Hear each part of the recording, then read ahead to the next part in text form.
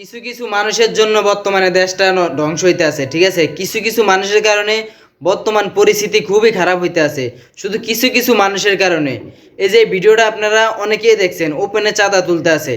ওপেনে মনে করেন বর্তমানে চাঁদাবাজি, ডাকাতি, ছিনতাই মামলা সব কিছু চলতে আছে শুধু কিছু কিছু মানুষের কারণে।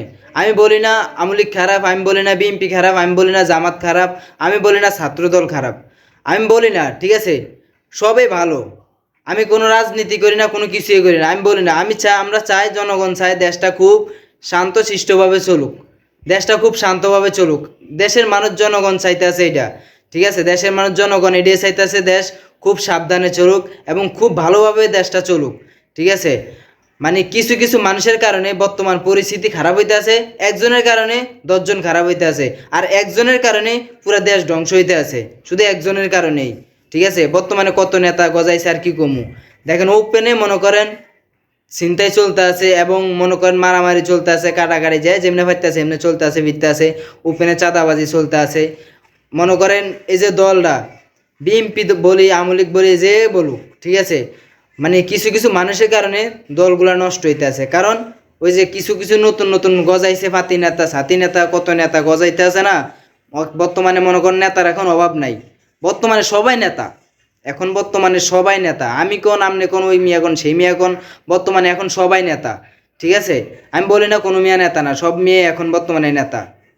কারণ বর্তমানে মনে করেন এখন নেতা ছাড়া চলা যায় না, ঠিক আছে। এখন বর্তমানে যে যুগ, তারপরে দেখতে আছেন তো এখন সবার টাকার দরকার, টাকার পিছে বর্তমানে সবাই ছুটছে এবং টাকার দরকার। মনে করেন যারা যেমনি মাইরা যায়, যেমনি পাইতে আছে, খাইতে আছে, চলতে আছে, এই অবস্থায় চলতে আছে, ঠিক আছে। ওপেনে দিনে দুইরা দেখেন অস্ত্র মস্ত্র লইয়া মনে করেন চাঁদা তুলতে আছে, ঠিক আছে।